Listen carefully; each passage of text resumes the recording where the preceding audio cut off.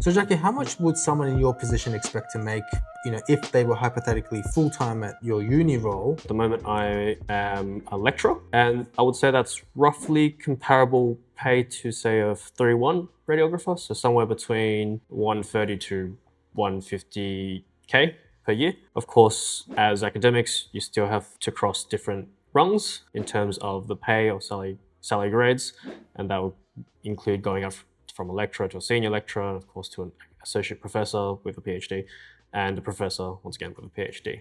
So it might go from as low as, or starting salary as like 130K all the way up to, say, potentially 200 plus. Yeah. So that's by the way, like a level B level B academic. We also have level A, which we call associate lecturers. I don't know if we have that many in our department at the moment, but generally, at least both of us, we started with level B. Yep. And then so level B, move on to level C, which is senior lecturer. D is associate professor, and E is professor itself. So that's sort of the cap, but then the salaries range between those. And that would be in the enterprise agreement of that particular university. It does change between universities, but you can get a rough idea just by Googling salary of a level B academic, and then it will give you a range, which is kind of what you said. Yes. Nice. And the good thing with sort of the salaries that they are negotiated by an EBA agreement. So I think our one comes at the end of 2026. I know for a fact that the New South Wales Health Radiographer Award is currently being negotiated by the HSU. So they're trying to improve the pay in line with sort of the inflation, or from sort of the years, mainly from the inflation, but also the old award might be a little bit dated. So it's time to sort of start negotiations there. How much would someone expect to make in your position? Okay. I am coming off really badly in this video. I recognize this because I could not tell you exactly what my salary is, but I could refer you to look up the enterprise agreement, or like if you're a radiographer, look up the state award, so that you'd get a bit of an idea of where you're going to sit in terms of the money you make. For academia and universities, and actually genuinely something that I wish I'd known before transitioning into academia, is look up the enterprise agreement for the university that you're applying for a job at, and have a look at what the expected salary is. Because one thing I was absolutely unprepared for, I've been unprepared for many things. When I moved into academia, I can remember when they called me to say, "You've got the job, Laura, like congratulations. Okay, let's now negotiate pay." And I'd come from the public sector, where the concept of negotiating your pay just doesn't exist. And I had to say, look, I've never done a pay negotiation before.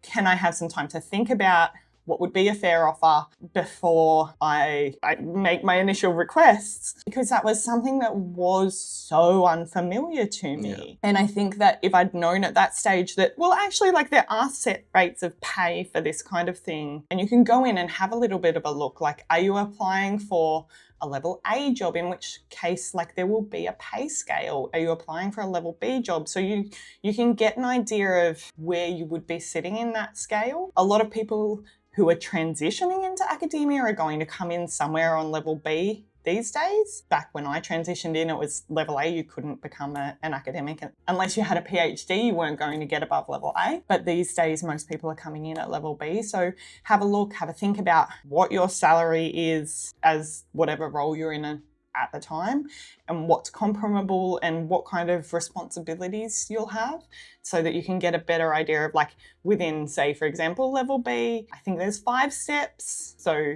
there is a scale within the level. So have a think about where you are and what your responsibilities will look like, so that you can ask for the right amount when you're coming in.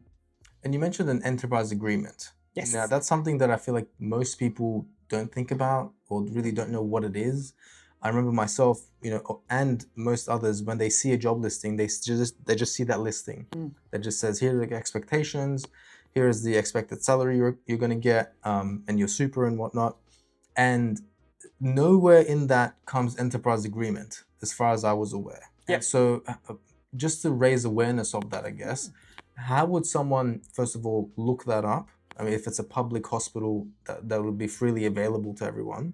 But if you're applying for let's say, more of a private area, do you ask your employer for that? Do you ask the person advertising the role? How does that look like for someone to, I guess, first of all, if you can let them know what an enterprise agreement is, and then sort of how they look into it more. So an enterprise agreement is very similar to an award, but for a private entity. So a state award would be what you're looking at if you're a radiographer, and they're all free and publicly available online. You can type into Google New South Wales State Award for Radiographers, and it will be one of the top hits. Similarly, I'm fairly certain that all enterprise bargaining agreements, which is what an EBA is, are held by one of the government regulatory bodies. I want to say, it starts with a C. I can't remember what they're called. We can put it on screen when we find out. Thank you. Yeah.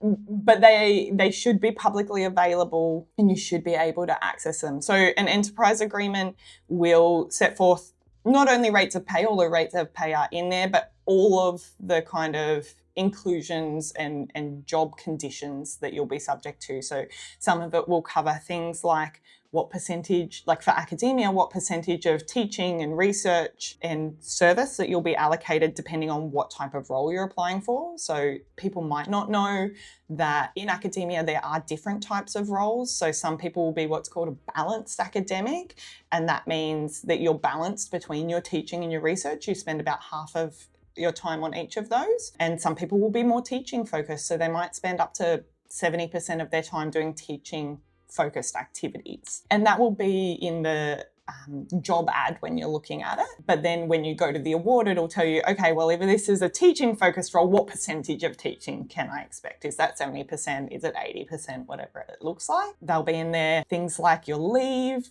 how long you have to be there to get long service leave, how much leave you get each year, maternity leave, which is a really important thing for, 70% of radiographers out there. We are a predominantly female workplace.